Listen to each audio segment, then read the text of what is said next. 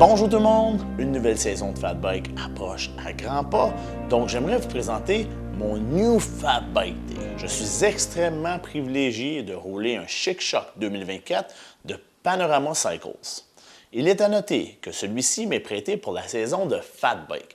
Malgré tout ça, Panorama Cycles a accepté que je vous partage mon opinion complètement honnête sur leur produit, autant le beau, le bon et le négatif. J'aurais aimé ça avoir un plus long dropper, 180, des choses de même pour vraiment enlever la selle le plus possible du chemin. Ça serait peut-être une des petites choses que je pourrais penser qui serait améliorée. En bonus, c'est un fat bike conçu et assemblé ici même au Québec. Un des cofondateurs de Panorama Cycles m'expliquait qu'auparavant, les vélos étaient assemblés à Taïwan, mais il n'y avait pas entièrement confiance dans le procédé.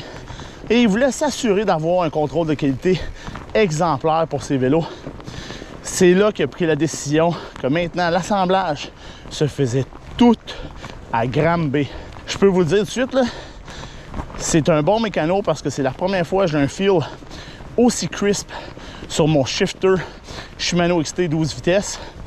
Et ça fait 3 saisons que je roule du Shimano. Ça leur permet également d'offrir des choix de personnalisation lors du processus d'achat. D'ailleurs, je vous partage un lien dans la description qui vous mènera directement au Fat Bike offert par Panorama Cycles.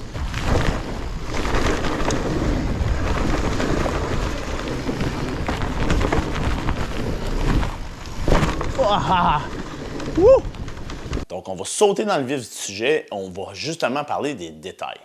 Mais pour la saison de Fat Bike 2023-2024, je vais rouler un Chic Shock 2024 de taille médium. On parle d'un head angle de 68 degrés. Donc la roue n'est pas excessivement en avant comme qu'on a avec le Rocky Mountain Blizzard. Un seat tube angle de 72,5, un reach de 430 mm ainsi qu'un empattement de 1169 mm et un chainstay de 470 mm, ce qui est plutôt long. C'est un vélo qui a une belle géométrie. On se retrouve entre le Rocky Mountain Blizzard puis le Trek Farley. Le Q-Factor est minimisé. Mais de quoi je parle? Je parle de la distance entre les deux pédales. C'est probablement une raison de la source de votre inconfort en fat bike puisque le Q-Factor est normalement très grand pour accommoder les gros pneus du fat bike. On parle d'une construction à la main en carbone du cadre et de la fourche. Ce sont des cadres conçus et testés au Québec. Le cadre est compatible avec des roues de 26 pouces, avec un pneu allant jusqu'à 5 pouces de large, du 27,5 avec du 4,5 pouces et même du 29 pouces par 3 pouces si vous désirez l'utiliser comme vélo d'aventure en été. D'ailleurs, Panorama offre un kit de roues pour l'été pour leur fat bike. Étant une marque de vélo d'aventure ou de backcountry, Panorama Cycles offre de multiples points d'ancrage pour y accrocher des sacs, des porte-bouteilles ou autres directement au vélo. Un détail qui me saute aux yeux sont les petits caoutchoucs de plastique pour isoler le câblage interne qui scelle vraiment à l'intérieur du vélo et les câbles de tout débris ou autre pour conserver un bon fonctionnement. C'est une petite touche qui donne une belle finition et démontre l'attention aux détails du manufacturier. Cette attention se poursuit dans un produit si simple mais tellement apprécié. Plus besoin d'aller à la pharmacie pour vous acheter du vernis à ongles d'une couleur similaire en cas que vous graffiniez votre vélo. Panorama Cycles offre un petit pot, comme celui des vernis, avec la couleur exacte de votre vélo choisi. Il était vraiment temps qu'un manufacturier offre ça. D'ailleurs, la couleur est tout simplement folle sur le fat bike que j'ai reçu. Un point qui me touche vraiment, puisque j'ai été photographe et vidéaste pendant plus d'une décennie, Panorama Cycles ont un lien artistique en exposant une œuvre sur le cadre de vélo qui est différente d'un modèle à l'autre. C'est vraiment une belle touche artistique et unique sur le marché.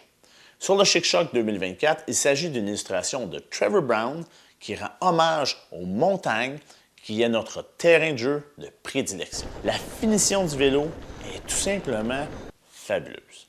Ça me rappelle beaucoup la qualité de finition des vélos Santa Cruz. Maintenant, regardons les composantes de plus près. J'ai une transmission Shimano 12 vitesses SLX au niveau de la cassette et XT au niveau du levier et du dérailleur. Des freins SRAM Level T qui ont été blindés parfaitement à mon goût. Un cockpit et un pédalier Raceface, des roues et moyeuses Sunwrigley, une selle WTB Pure qui est attachée à un dropper post de marque KS. J'ai opté pour l'option de pneus North 45 Dillinger 5 qui est possible à un coût de 65 $. J'ai dû les clouter moi-même puisque les pneus ne sont pas cloutés lors de la livraison. Malgré que j'ai clouté les pneus moi-même, pas avec les plus gros clous du monde, le vélo reste en dessous du 28 livres. C'est une grosse différence dans mon Trek Farley qui pesait 34 livres avec la fourche Manitou Mastodon en avant. L'option des pneus était un no-brainer pour moi puisque le North 45 Dillinger 5 est mon pneu favori de fat bike. J'ai testé le Cake Eater de Terrene, le Gnarwhal de Bontrager, le Max 6 sur différents fat bikes et je reviens toujours au North 45 Dillinger 5. Je trouve que le pneu est roulant, je trouve qu'il y a beaucoup de grip, donc je l'adore. Et voilà, première journée de neige, on est déjà sur la glace au Québec. De là l'importance de clouter ses pneus. Restez à l'affût puisqu'il y aura un review du vélo, un comparatif avec le Trek Farley et le Rocky Mountain Blizzard, qui sont deux fat bikes dont j'ai énormément d'expérience avec. Il va y avoir également des aventures /rides formidables, des sorties spéciales également si jamais vous voulez rouler ensemble. Là, je m'en viens d'un dual slalom en fat bike. Qu'est-ce que ça va donner? J'en ai aucune idée. En fat bike.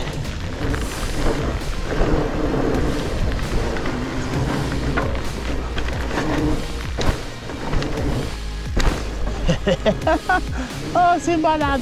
Sérieux, j'épate, là. Vous devriez tellement faire une course ici en fat bike cet hiver. C'est soit à la fin de l'hiver, quand il va y avoir un petit peu moins de neige ou whatever, là, mais vous devriez vraiment utiliser votre piste que Vélo Solutions vous a construit cette année. Elle serait malade.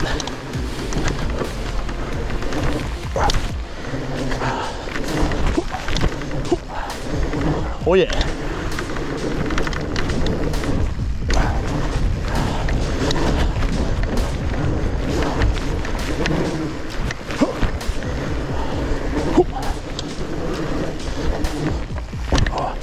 Oh yeah! Oh, c'est le fun! Yeah! On va aller faire un petit tour dans la route. Le réseau Underground Terrebonne. D'ailleurs, je veux vous laisser savoir, à tous les mardis, je vais faire une sortie de fat bike. On va se rejoindre à un point de rencontre à 18 h à Terrebonne. On se voit bientôt en fat bike sur les réseaux du Québec. Cheers!